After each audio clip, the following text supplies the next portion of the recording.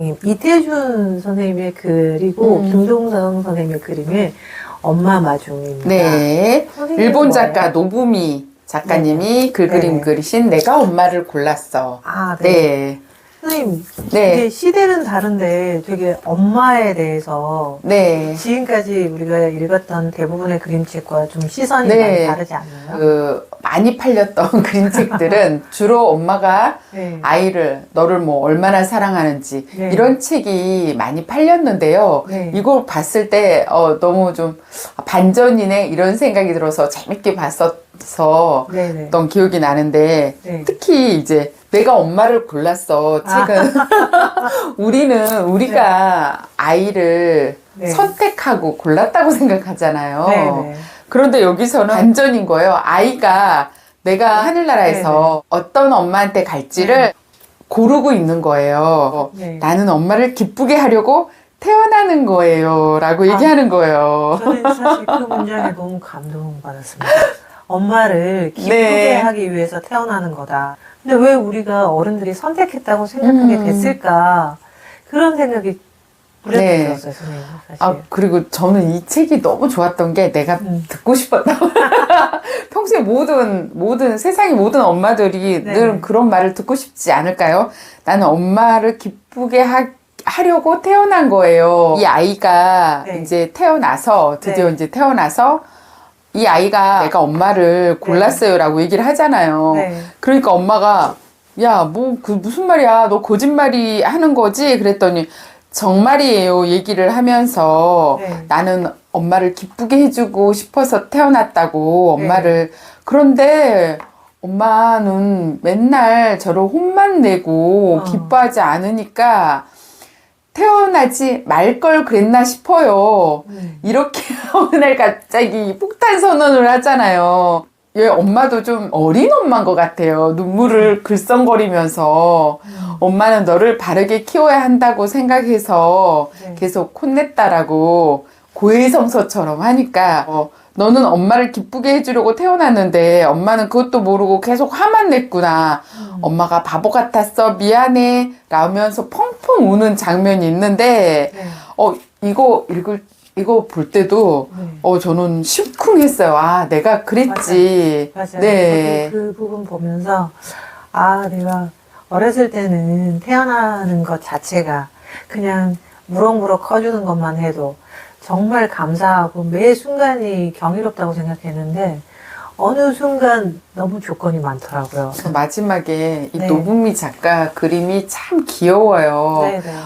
엄마도 울고 아가도 네네. 울고 그렇죠. 나를 엄마로 골라줘서 고마워 하면서 울고 되게 고마워 약간 고마워 하면서. 그림은 만화 같죠, 선생님. 솔직히 그림체가 멋지고 네. 막 훌륭하다는 느낌은 안 들어요. 그렇죠. 네, 그냥 아이가 그린 것 같은 정말 네. 몇 가닥 안 되는 머리카락에 정말 뭐라 그러지? 되게 그냥 아이들이 그린 것 같은 수준의 그런 느낌이었거든요. 그런데 네. 내용이 이게 일본 그림책 작가들의 힘인가라는 생각이 네. 들기도 했습니다. 그래서 어떤 작가가 말하고자 하는 바를 이 짧은 글 안에 자기가 형상화시킬 수 있는 그런 능력, 그런 오래된 그림책을 만들어 왔던 그런 선배들의 과정이 이 작가에게도 묻어나 있구나라는 생각을 하게 됐습니다. 작가가 예를 들면 뱃속에서 온 과정이라면 이 김동성 선생님이 그린 이태준 작가의 그림의 이 엄마 마중은 이제 조금 자랐어요. 우리 나이로 한 5살? 그러니까 한 3돌 정도 된 아이가 이제 이거는 1920년대, 30년대 이 그림 보시면 요즘에 100년이 지난 요즘 스타일이기도 하잖아요. 머리 모자 같은 거 보면은 군밤장수 모자 같은 거잖아요. 아이가 이제 엄마가 장에 간 것 같아요. 기다리는데 요즘처럼 버스가 다니는 게 아니라 이제 전차가 다녀요. 이 그림을 보면은 선생님이 한국화를 그리신 선생님이 분명하구나라는 생각을 멋져요. 네, 실제로 네. 화면으로 보는 것보다 그림으로 보시면은 실제 책으로 보면은 이 한국화의 여백과 이 색감이 정말 잘 나와 있거든요. 그리고 정말 이 아이를 표현하는 그런 기법이라든가 형태. 그래서 이 김동선 선생님이 이 아이를 창조하기까지 얼마나 많은 시간이 걸렸을까. 한편으로 이런 생각도 들고 본인 아기를 등장시켰나? 라는 또 생각도 해봤습니다. 그래서 여기 네. 항상 이렇게 짧은 시는 행간이 중요하잖아요. 그래서 이런 첫 구절이 이래요. 추워서 코가 새빨간 아가가 아장아장 정차 정류장으로 걸어 나왔습니다. 그리고 낑 하고 안전지대에 올라섰습니다. 이 두 구절 사이에 보면은 걸어서 전차로 가고요. 이제 낑 하고 올라가는 장면인데 궁뎅이가 너무 사랑스럽기도 하지만 사실 이 사람들이 있다는 묘사는 없거든요.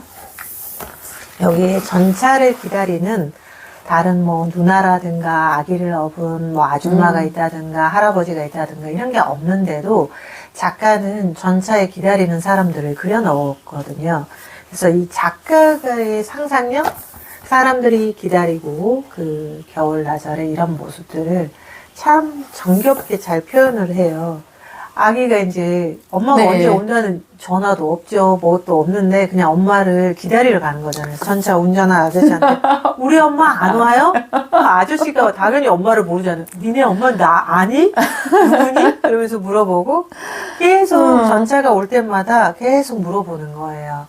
그런데 이제 전차가 오는데 그런 색감 표현을 너무 멋져요. 이야. 계속 기다리니까 이제 거기 영무원이 여기 다칠래 저기 가서 한 자리에 서서 가만히 앉아서 기다려라. 그러다가 다친다. 그래서 맨 처음에 아까 파란색이었잖아요, 선생님. 이제 또 와, 노란색으로 이제 해가 변하는 지고 거예요. 있네요. 네네. 그래서 점점 하늘이 변하는 건지 아니면 불빛이 변하는 건지 정확하게는 모르겠지만 이런 색감의 차이가 나면서 점점 기다리거든요. 아이들이랑 이런 그림책을 읽을 때는 시대도 설명해 줄 겸 또 그때 사용된 물건들, 그때 사람들이 입었던 옷차림, 여러 가지 저는 정보를 전달할 수 있다고 생각하거든요. 그래서 그림책이지만 정보 전달책과 다름없다고 생각합니다. 네. 아내는 바람이 불어도 꼼짝 안 하고 전차가 와도 다시 묻지도 않고 코만 새빨개져서 가만히 서 있습니다. 이제 그러다가 눈이 와요. 눈이 이제 와서 펑펑 내리는데 보통 이제 놓치기가 쉽습니다. 엄마를 못 만났나? 이 화면으로는 잘 안 보일지 모르지만 자세히 보시면 저 길에 가고 있습니다. 네.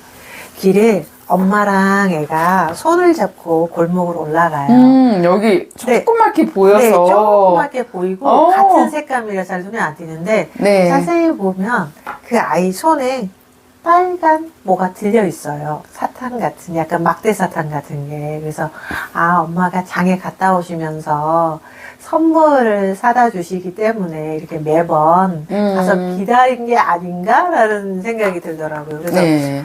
이 그림책이 엄마 마중은 저는 이 내가 엄마를 골랐어의 약간 조금 자란 아이? 현실판? 근데 시대는 100년 전이 되겠죠. 내가 엄마를 골랐어는 그림은 디지털로 그려는 게 너무 티가 나고 그림이 예쁘지 않아서 솔직히 별로였거든요. 그림이. 네. 그런데 이제 이런 한국화는 읽으면은 그 문장 하나를 그림 전체 한 면으로 담기 때문에 오랫동안 볼 수 있고 생각을 할 수 있다고 생각합니다. 여기서도 그 거리의 행인들은 굉장히 단순한 선으로 같은 계열의 동색을 써서 단순하게 보이거든요. 근데 이제 그런 모습들, 아주 단순하게 처리했지만 사람들이 전부 다 1920년대, 30년대 사는 것처럼 보이는 게 전부 다 한복을 입고 있어요. 그 단순한 선 안에서도. 그래서 그런 담백함, 그 한국화의 그런 단박함이 잘 묻어나서 저는 이런 거를 많이 보여주면 아이들의 정서에도 많은 도움이 되지 않을까라는 생각을 했습니다. 네. 이 엄마가 주제인 그림책. 네네. 알고 보면, 엄마가 주제가 아니고, 엄마를 사랑하는, 엄마를 고르고 엄마를 기다리는 네네. 아이가 주인공이네요. 네. 그래서 이런 그림책 같이 읽으면서 네. 평소에 하고 싶었던 말들을 많이 나누면 좋을 것 같아요. 네, 오늘 김동성 선생님의 그림 엄마 마중과 노부미 작가가 그린 내가 엄마를 골랐어. 그림책 소개해드렸습니다.